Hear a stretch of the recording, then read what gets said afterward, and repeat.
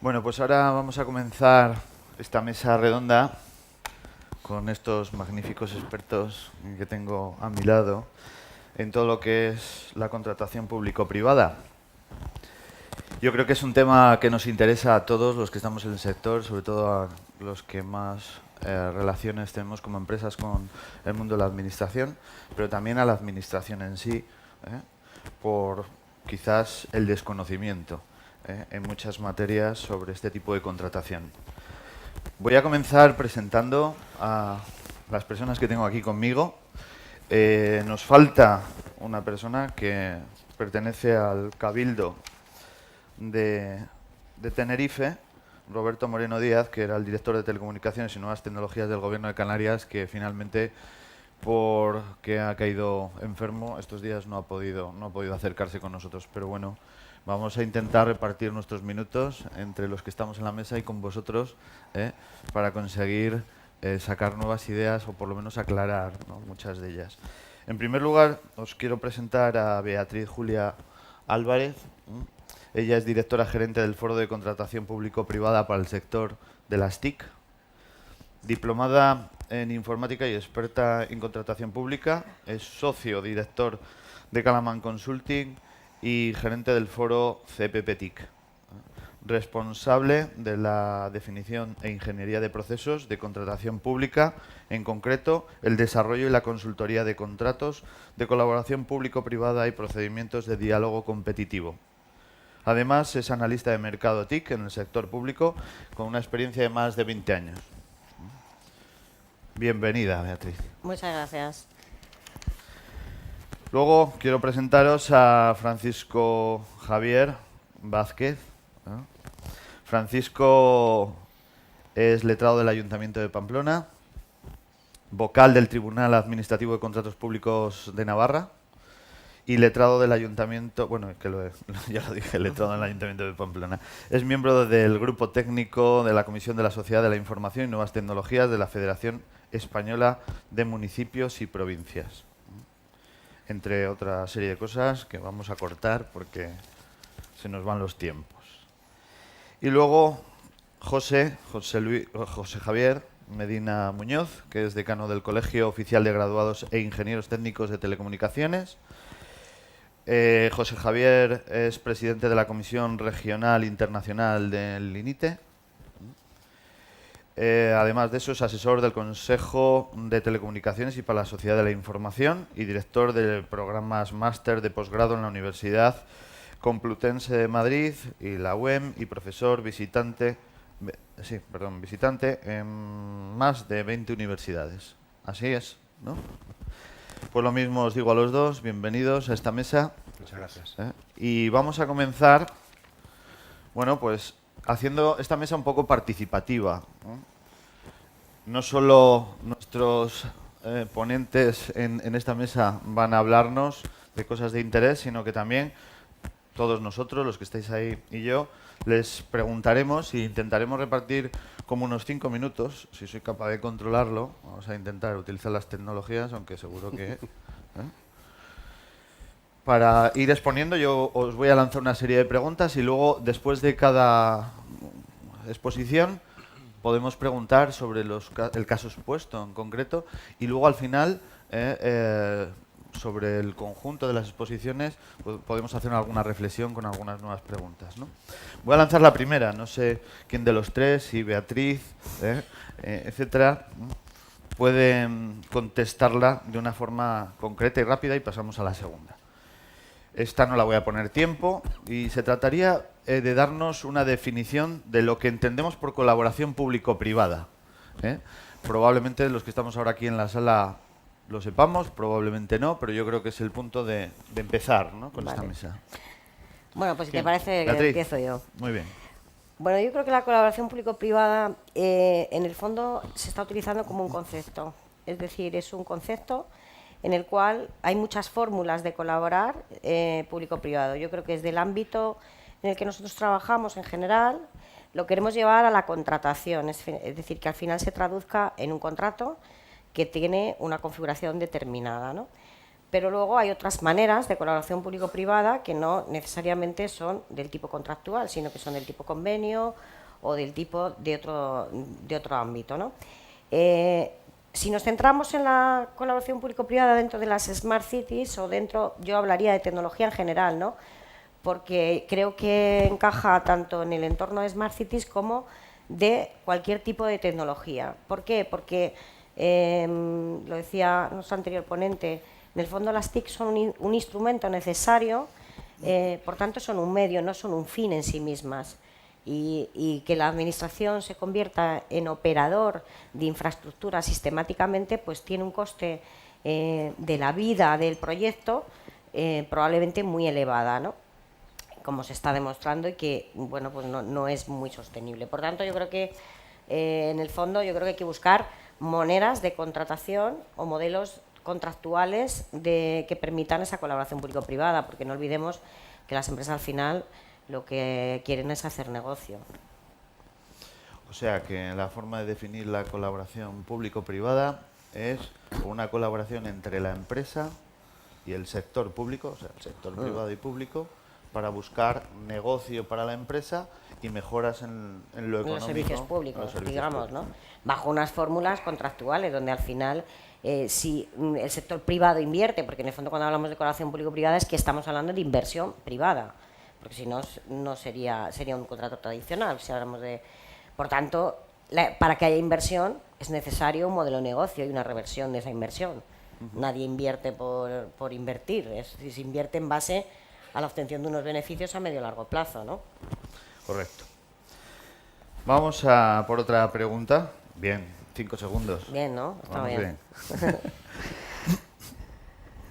La siguiente, a ver quién me la recoge. Sí, José, Javier o Francisco Javier.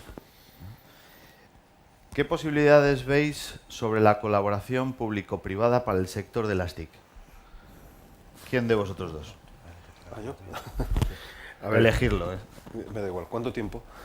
Puedes tener 5 minutos sobre la pregunta o puedes hacerlo menos y luego la repartimos con otras preguntas más, ¿eh? Me da exactamente. A ver, bueno, en primer lugar, gracias por habernos invitado, que hemos llegado los decanos de España, de los graduados. Hablamos en nombre de los profesionales que hacen esto también vivo, no solo en las empresas, sino también los profesionales y el decano de Canarias, que estáis sentado. Y yo mismo, pues estamos moviéndonos, a lo mejor luego nos tenemos que ir antes por un avión o cosas de estas. Pero bueno, yendo al tema. Las posibilidades de la colaboración público-privada pasan por lo que ahora mismo, como el I+D+I de una Smart City, en qué papel toma el ámbito de las empresas y qué papel toma el ámbito de las administraciones públicas. Pues, como digo, por un lado está la investigación del I+D+I.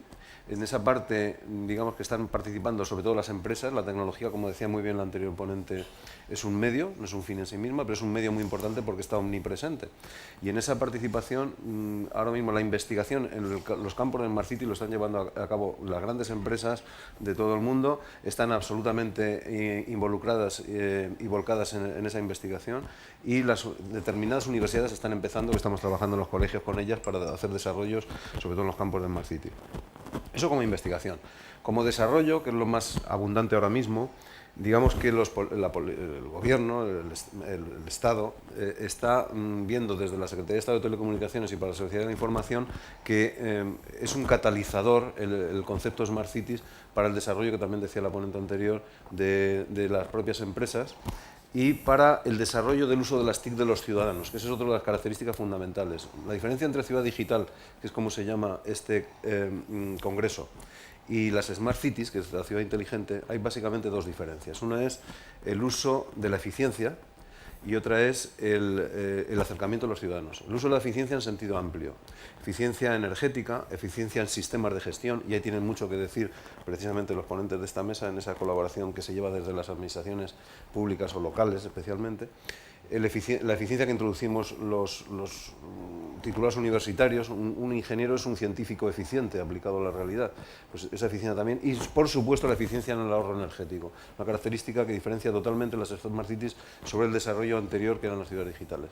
Y la otra es la orientación al uso de los ciudadanos, el promover en los ciudadanos que se utilicen ampliamente. Como decía el secretario de Estado en recientes presentaciones sobre este entorno público-privado, hay una serie de ejes con actuaciones concretas orientadas a esos fines. Hay actuaciones en desarrollo, del I+D+I, que es básicamente en regulación y en normativa.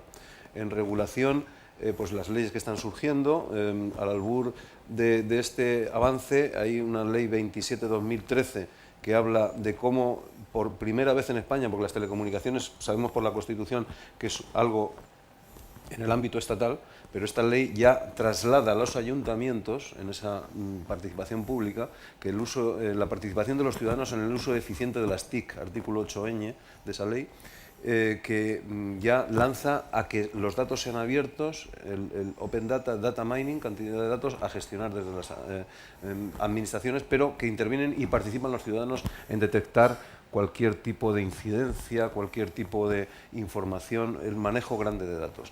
Eso en cuanto a desarrollo. Y en cuanto a innovación, eso es puramente el acercamiento a los ciudadanos, y ahí están todas las claves por las cuales las Smart Cities, como decía el secretario de Estado, intervienen en la oferta y en la demanda. En la oferta, la participación por parte de las grandes empresas que lo están desarrollando y que quieren hacer negocio, la industria, el desarrollo del tejido industrial de las TIC y la participación internacional en las TIC. Y por los ciudadanos, pues sobre las acciones, sobre su participación social en el día a día. En definitiva, el marco de colaboración público-privada es prácticamente ilimitado. Las Smart Cities también son un compendio de muchas actividades en distintos ámbitos de la realidad y de muchos indicadores que luego podemos ir describiendo. Pero vamos, que es a tu pregunta, es un campo efectivamente muy abierto. Pero, ¿realmente se está haciendo en España en materia de Smart Cities algo? Sí, en toda España, en todo el mundo existen Smart Cities hace unos 5 años, que es cuando nace el concepto.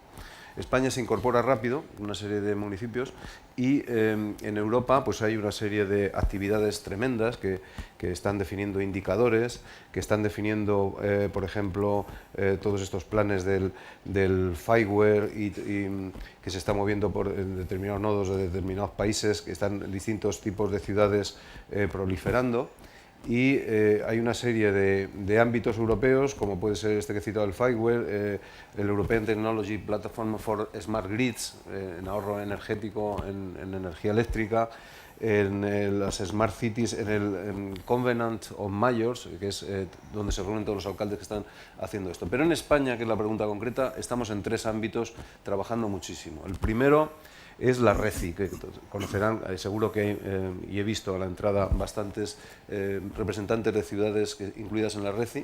Son 49 ciudades ahora mismo que están compartiendo experiencia y conocimiento, y están trabajando en 5 áreas: innovación social, energía, medio ambiente, infraestructuras y habitabilidad urbana, movilidad urbana y gobernanza, economía y negocios. Eso se está haciendo, ese es el primer ámbito. Segundo ámbito, en la propia Secretaría de Estado de Telecomunicaciones, con todo el tema de AENOR, la normativa 178. Y el tercero, que es en el que más participamos nosotros, estamos en la patronal, en la METIC, desarrollando una definición que ya existe, llevamos un año trabajándola con las grandes empresas, y unos indicadores clave que son los que estamos desarrollando en estos momentos y que pueden ser de interés. Luego, en la siguiente pregunta, para no comer más tiempo, los explico.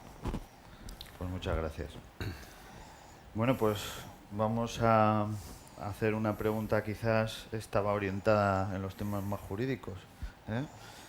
Por ejemplo, ¿qué novedades tiene el nuevo paquete de directivas en materia de contratación?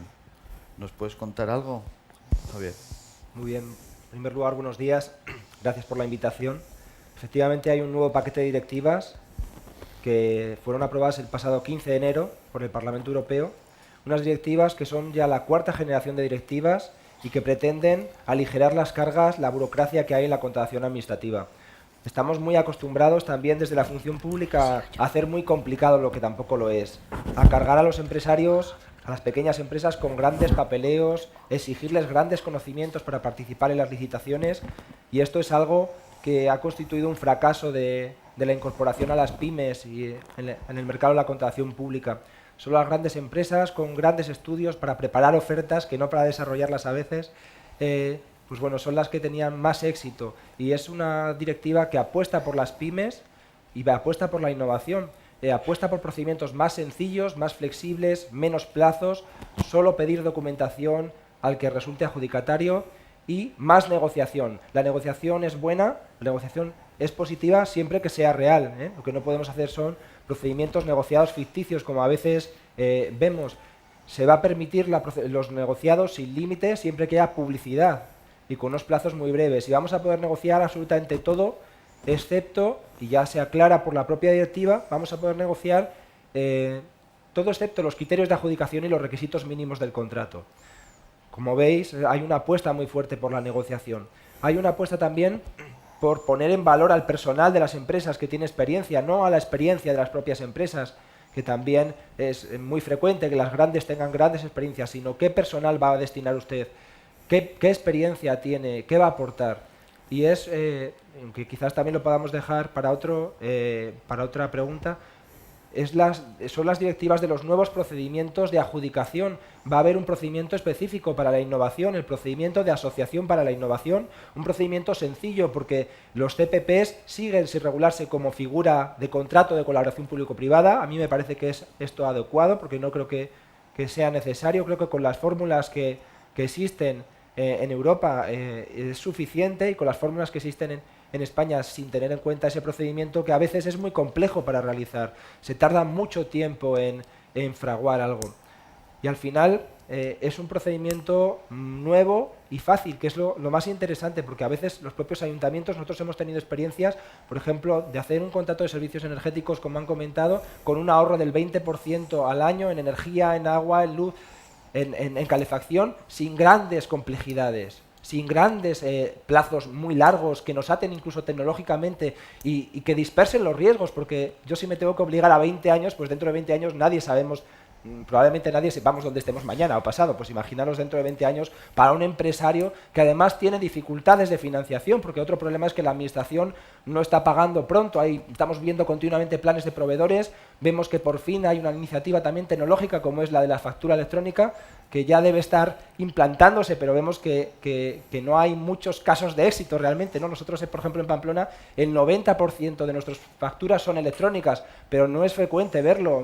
Los ayuntamientos siguen teniendo miedo y lo ven tan complicado, y estas fórmulas de colaboración público-privada, que son todo puede ser colaboración público-privada, se ven difíciles y a veces te plantean los propios secretarios o te consultan porque no saben, es decir, no están formados, o la administración a veces entiende que la formación es una pérdida de tiempo, y esto sin formación para pymes, sin formación para empresarios es imposible.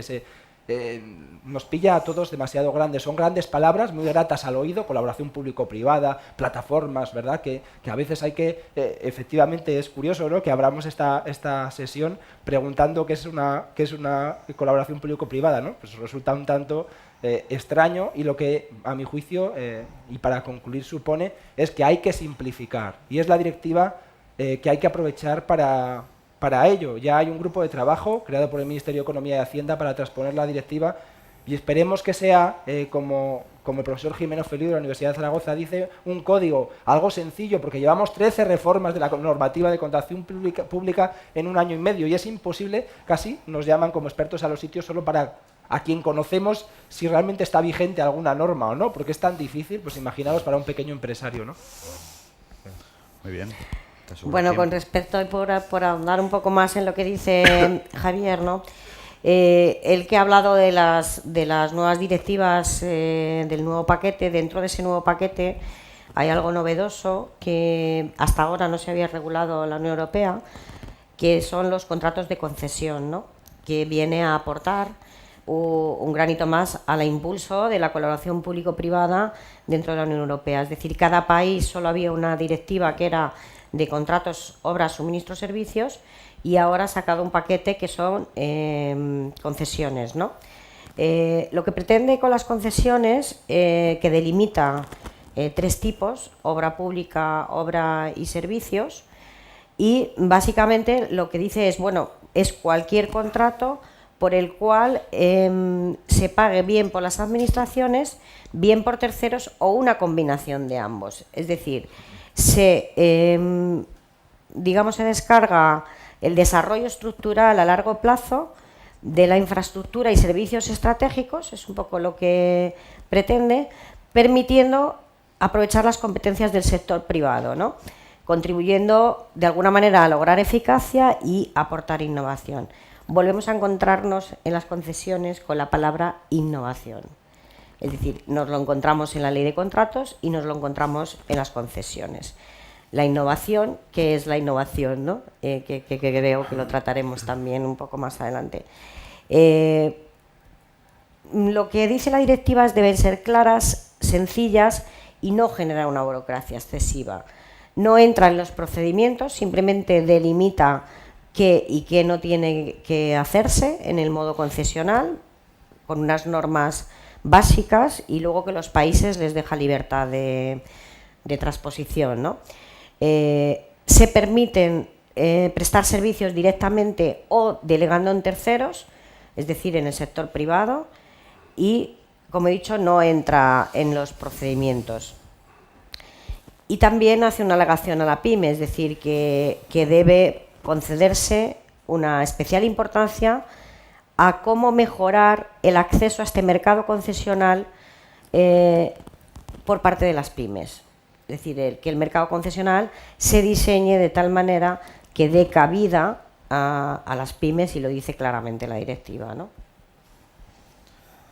Muy bien. No sé si desde la sala os apetece hacer alguna pregunta en este momento sobre lo que han estado exponiendo. Luego continuamos con otros 5 minutos. Bueno, con otros. Hola, buenos días. Soy Alberto del Instituto Canario de Estadística y me interesa, dentro de la parte de la colaboración público-privada, están insistiendo mucho, como es lógico, porque es el foro en el que nos encontramos, sobre la colaboración en materia tecnológica. Me gustaría saber si hay algún tipo de iniciativa, algún tipo de desarrollo legislativo sobre colaboración privada-pública, más bien, ¿no? Sobre cesión de datos desde el sector público al sector privado para construir inteligencia colectiva, ¿no? Eso por una parte. Por otra parte, después ya pregunto otra cosilla, ¿no? Pero me interesa mucho eso. Ahora en Roma va a ser el encuentro del Eurostat sobre Big Data y aplicación a la estadística pública, y hay un grupo específico trabajando sobre este tipo de cuestiones. Entonces me gustaría saber si hay algún tipo de desarrollo más específico. ¿Quién de los tres? Sí, a ver, yo lo voy a responder yo por lo siguiente, porque dentro de que yo soy la responsable gerente del foro de colaboración público-privada, a su vez, este foro participa en otro foro, que es de iniciativa pública, que es el foro CPP-RIPS, que es de reutilización de información del sector público. Ese foro, que está impulsado por el Ministerio de Hacienda y Administraciones Públicas y el Ministerio de Industria, la SEPSI, lo que pretende es impulsar la colaboración público-privada dentro de este marco, ¿no? de la aporta y de la reutilización de la información. Se han generado 4 grupos de trabajo sobre el cual nosotros lideramos lo que es el grupo de trabajo normativo, de diseño de la contratación de este tipo de área, ¿no? de reutilización y de información. Decirte que, no obstante, teníamos que haber tenido una reunión en febrero, está un poco parado en este momento, quizá por otras prioridades, pero en sí mismo sí hay un equipo de trabajo ya conformado en el que está participando Hacienda, Industria, AMETIC, también está en este foro, ASEDIE, que es la Asociación de Infomediarios, y nosotros como, digamos, la parte que lidera la parte de normativa y contratación. Dime. Sí. Sí que quería preguntar. Tienes tiempo todavía. Dime. O sea, que vuelve a ser sobre lo mismo, ¿no? Es reutilización de la información del sector público por parte del sector privado. Mi pregunta era en sentido contrario, la reutilización de la información del sector privado por el sector público. Ah, vale.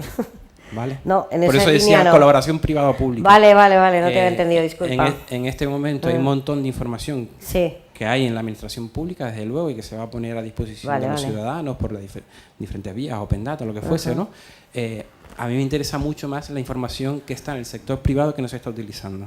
vale. No, Y hasta no qué punto desconozco si hay... en la construcción de ciudades digitales, evidentemente, toda la parte de sensorización, tecnificación, datificación, construcción de data center y a partir de ahí construir inteligencia, todo eso es interesante, pero hasta qué punto el motor de la construcción de ciudades digitales debe recaer el peso única y exclusivamente sobre el sector público, cuál es el papel del sector privado en los procesos de datificación, de conseguir datos y de la puesta a disposición de esos datos, y si hay modelos de cooperación o de cesión de datos del sector privado al sector público, ¿no? En algunos casos han habido algunos hacketones, así que en plan de agitación y propaganda por el BBVA, ahora lo ha hecho la gente de Telecom en Italia. Son temas aislados.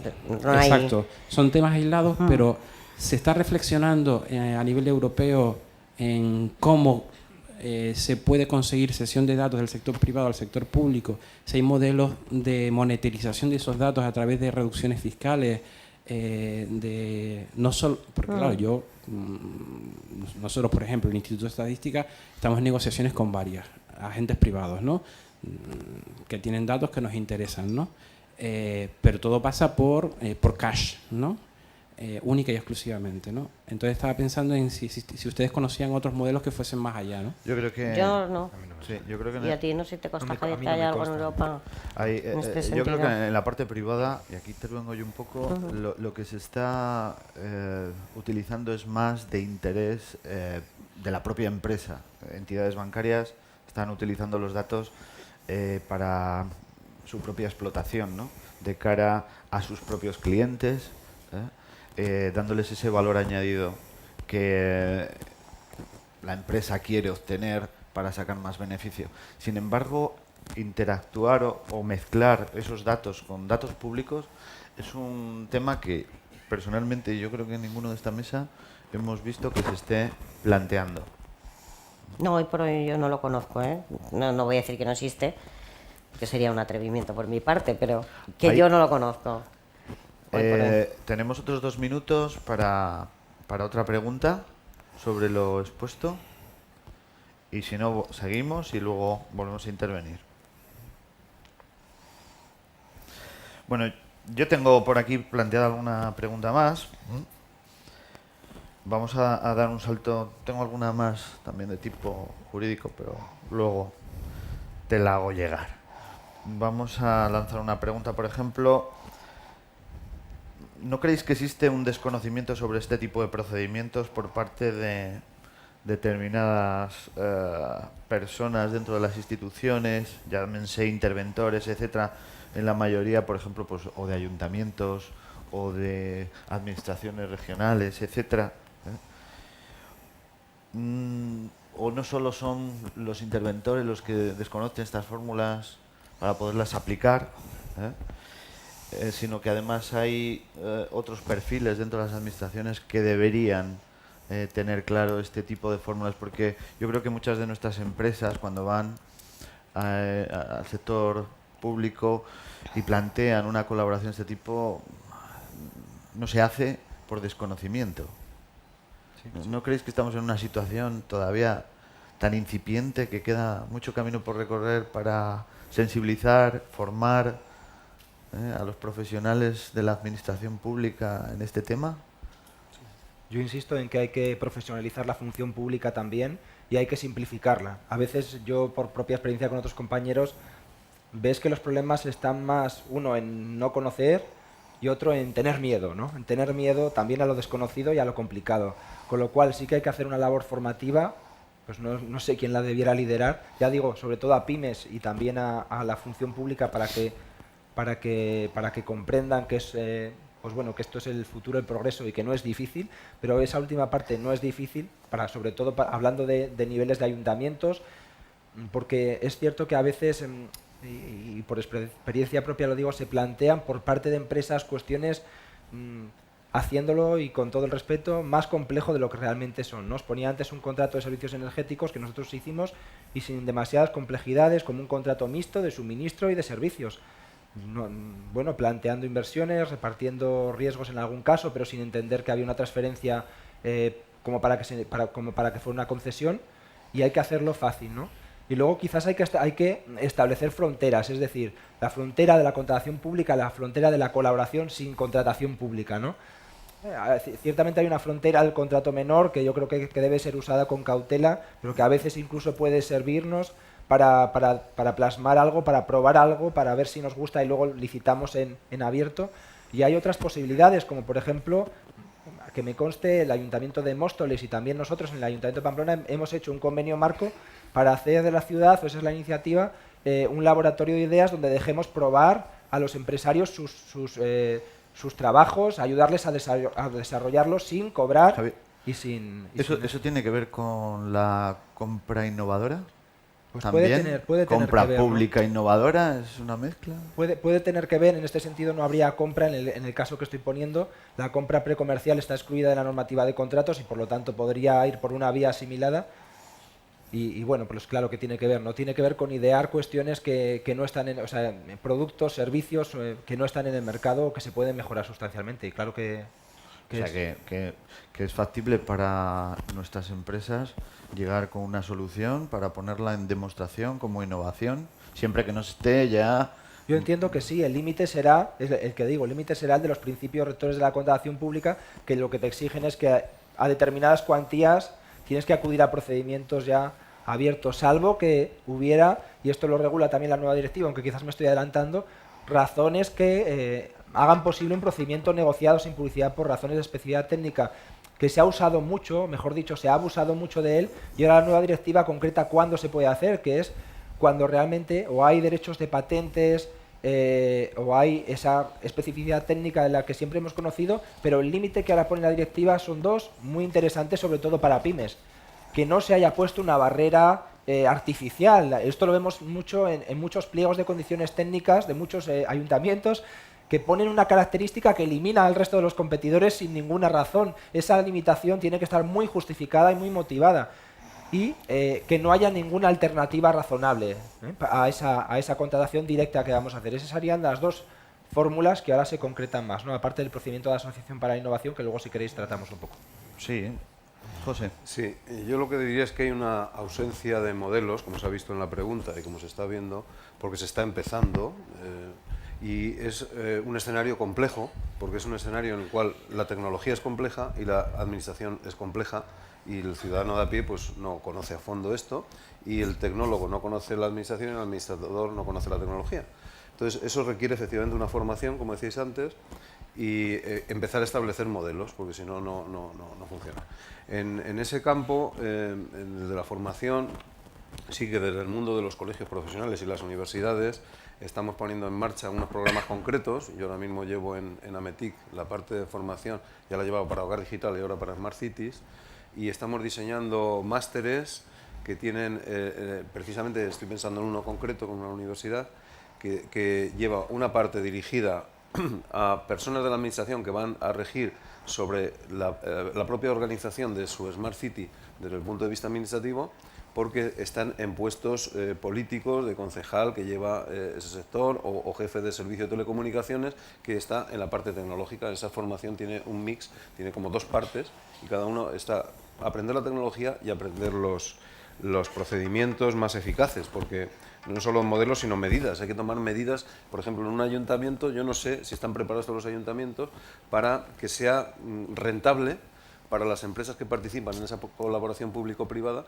que sea rentable para las empresas. A mí me da la impresión que un ayuntamiento, y aquí hay muchos más expertos que yo, que un ayuntamiento funciona que él es el que paga los servicios. Suponte que un ciudadano necesita semaforización, detector de detección de problemas urbanos, bueno, las 100.000 aplicaciones que hay de Smart Cities, que no vamos a resumir, y a la hora de pagar por ese servicio, pues le tiene que pagar al ayuntamiento. A lo mejor no le paga a la empresa que está prestando ese servicio porque está en un proyecto que entra en, no sé, concejalía de medio ambiente, y entonces ese servicio, el parking o lo que sea que paga el ciudadano, va directamente a esa concejalía, pero no va a la empresa que lo preste. A lo mejor habría que establecer mecanismos que saltaran eso, que no es nada sencillo lo que estoy diciendo. Entonces, eso por un lado. Y luego, por otro lado, la parte de lo que sí que estamos investigando más los tecnólogos, porque no solo hace falta formación en aspectos docentes de recibir esto, sino también de investigar, ¿no? Y en esa investigación, lo que sí que estamos trabajando desde AMETIC, que yo estoy llevando el grupo de indicadores en la patronal, pues estamos haciendo un gran mapa global de todo lo que es una Smart City, con los indicadores básicos, los sectores, de cada indicador básico salen los sectores en que se actúa, de cada, a lo mejor 10 sectores, y sobre esos 10 sectores salen otras 10 aplicaciones, salen las 300 o 400 aplicaciones de lo que sería una Smart City general, pero partiendo de indicadores muy básicos, partiendo de indicadores de energía, de sostenibilidad medioambiental, de transporte y movimiento en la ciudad, de logística, de los aspectos relacionados con agua y gas, de ahorro y eficiencia en Smart Grid, de turismo digital, de todos esos salen muchos más y hay un mapa global en el cual se puede definir cada ayuntamiento en qué sectores va a utilizar la Smart City. Vale. Una pregunta, porque en Conetic mayoritariamente están recogidas todas las inquietudes de las pequeñas, medianas empresas del sector TIC, ¿no? En ese sentido, una de las grandes preocupaciones, claro, es que a veces podemos utilizar la colaboración con las grandes compañías para que sirvan de tractoras, pero otras veces no. Y tenemos mucha empresa que en su tejido local, con la administración más próxima, está trabajando. Entonces, la gran preocupación es, ¿yo puedo acceder a este tipo de contratos o por mi solvencia técnica, económica, igual no puedo llegar a ello? O sea, ¿existe una tipología de empresas que son las que pueden optar a este tipo de colaboraciones? ¿Por tamaño de empresa, por solvencia económica? ¿Depende mucho del tipo de proyecto? Beatriz, luego... Hombre, yo creo que depende del tipo de proyecto, ¿no? No olvidemos que hacer inversión, por tanto, cuando hablamos en el modelo contractual de colaboración público-privada o de concesional en servicios, estamos hablando de inversión privada, que en este momento, desde luego, otra inversión cuando no hay capítulo 6, que es el capítulo de inversión de la administración pública y no se le espera en breve, es decir que pues ahora cualquier proyecto que se plantee está basado en inversión privada. Por tanto, la PYME tiene acceso en el sentido de sus posibilidades y de financiación. Tampoco las grandes compañías tienen esperando el dinero para invertir en esto, es decir, van a los mercados financieros y por tanto es importante en estos proyectos desde el principio involucrar al sector financiero, porque una PYME si tiene financiación es capaz de abordarlo, el problema es que no la tenga.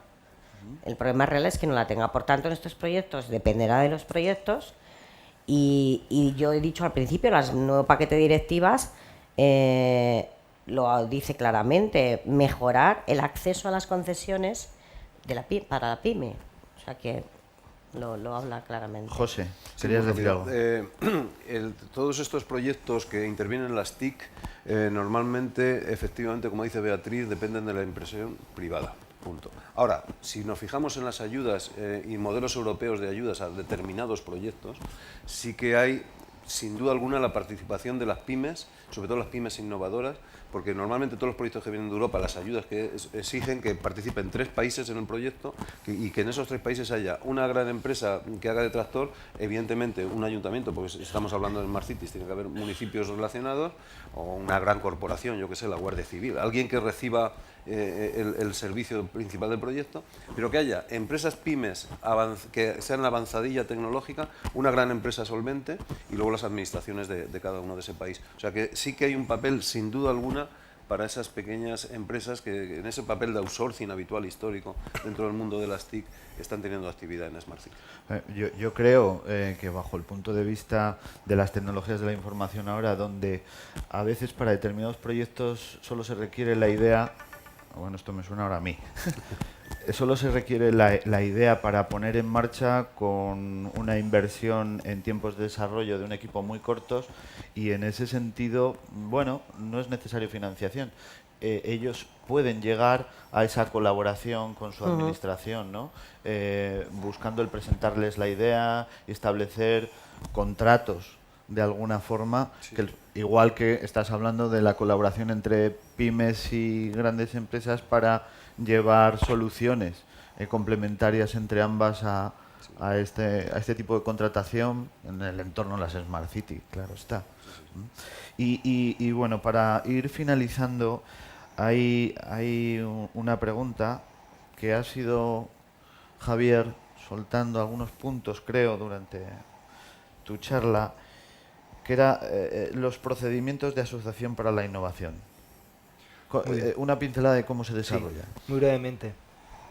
Son procedimientos, como digo, nuevos, no existían hasta el momento, se regulan las directivas, se espera, por lo tanto, que se puedan usar en breve en España.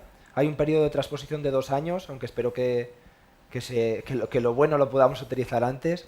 Y son procedimientos donde hay que partir de una necesidad de un servicio, de un producto que no existe en el mercado, o lo que existe en el mercado no satisface lo que nosotros queremos, o que es un producto o un servicio que saldría o que resultaría notablemente mejorado, ¿no?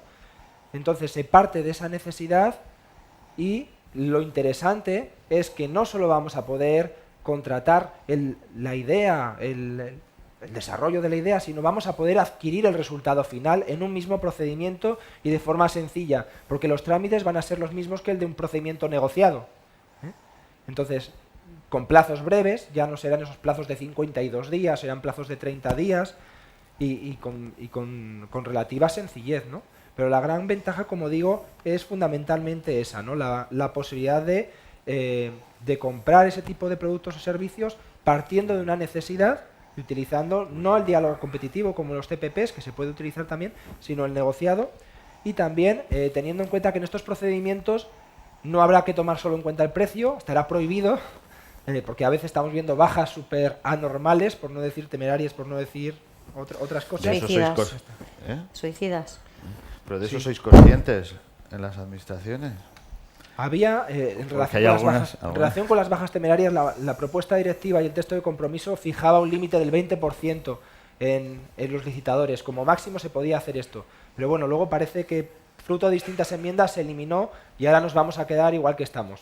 Quiere decir que todo en principio será viable y habrá que pedir la justificación. Nadie será temerario, con lo cual, pues bueno, a mi juicio no es muy adecuado, porque yo creo que el precio debe ser un precio de mercado. Exacto. Y al final, cuando no es así, todos lo falseamos. Es decir, la administración, tengo conocimiento de experiencias de compañeros que lo falsean en el sentido de que como espera una baja temeraria, no ponen el precio real del mercado en la licitación, sino que lo suben y los proveedores, el gran problema es que luego intentan hacerse como puedan con el contrato para vivir, para subsistir, y luego con el grave problema añadido de las modificaciones de contrato, que son la gran novedad de las nuevas directivas, que se regulan expresamente cuándo y cómo se van a permitir las modificaciones de contrato, aunque con un régimen más flexible que el español. Y simplemente una nota para las pymes: la directiva obliga o intenta fomentar que haya lotes en los contratos para que las pymes puedan acceder. Y otra cuestión importante, la subcontratación. El gran problema de la contratación es la falta de control por la administración de lo que pasa allá.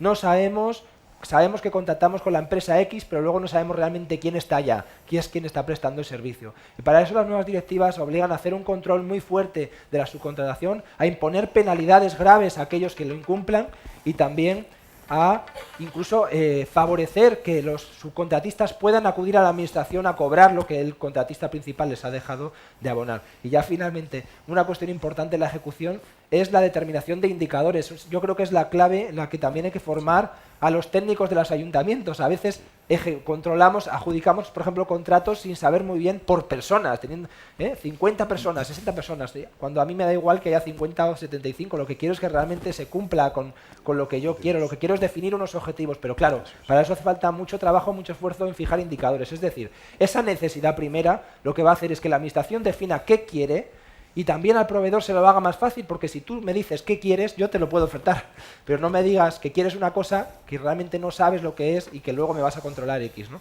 Con lo cual creo que la fijación de indicadores es necesario para el avance de la Smart City. Muy bien. Vamos a ver si surgen algunas preguntas.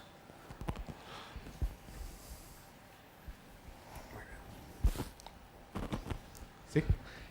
Pedro González, de la Universidad de La Laguna.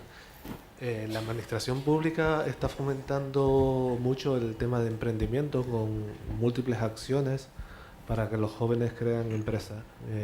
Mi pregunta es si dentro de las directivas europeas está pensado algún tipo de contrato especial para que ayude al emprendimiento, quedándose el emprendedor con cierta parte de ese contrato, o no solo hablando de innovación, sino una empresa que está empezando, como es que sea innovadora, si hay contratos especiales para ello dentro de la directiva. A veces dejar que empiece yo porque me tengo que ir, por el avión Sí, no sí, espera.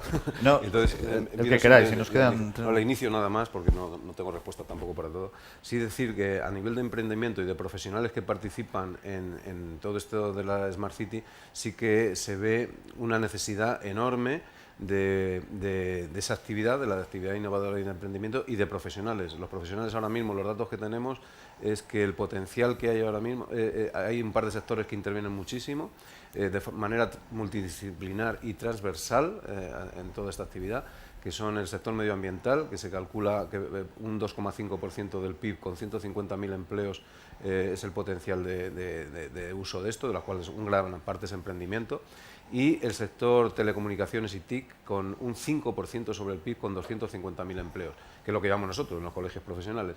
Pero no te he contestado el emprendimiento y porque quiero que hablen los demás y porque me tengo que ir. Podéis disculpar que el avión no espera. Sí. Totalmente. Yo en 30 segundos simplemente decir que en principio no hay una previsión expresa para este tipo de modalidades contractuales, y lo que sí que hay es en los procedimientos de Asociación para la Innovación la idea de que la administración no tiene que ser propietaria de eso que está comprando, de esa gran idea, sino que tiene que, una vez creado por un emprendedor, por una empresa tecnológica, le tiene que acompañar y plantear fórmulas, por ejemplo, de reparto de beneficios con la propia administración, pero dejarle al empresario que él venda, que él difunda su idea que ha creado también gracias al apoyo o al mecenazgo, casi podríamos decir, de la administración. Pero en todo lo que se plantea como innovación, realmente no se debería limitar en los contratos el acceso de emprendedores. Considero que eso siempre se podría incluso impugnar, ¿no? Es decir, si sale una idea de un grupo de emprendedores, se pone en concurso, se accede por los emprendedores y por otro tipo de empresas. Yo he visto algún caso en el que se ha excluido después de proponer esa idea si no hay experiencias concretas puestas en marcha.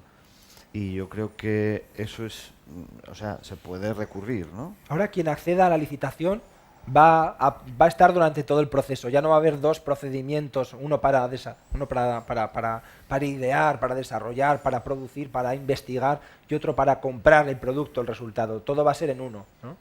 Y luego sí que se va a dar, sí que se restringe más o sea, se fundamenta más o se aumenta el valor de la solvencia como apropiada y justificada al contrato, y se valora la experiencia del personal, no tanto de la empresa, sino del personal que se va a poner. Entonces...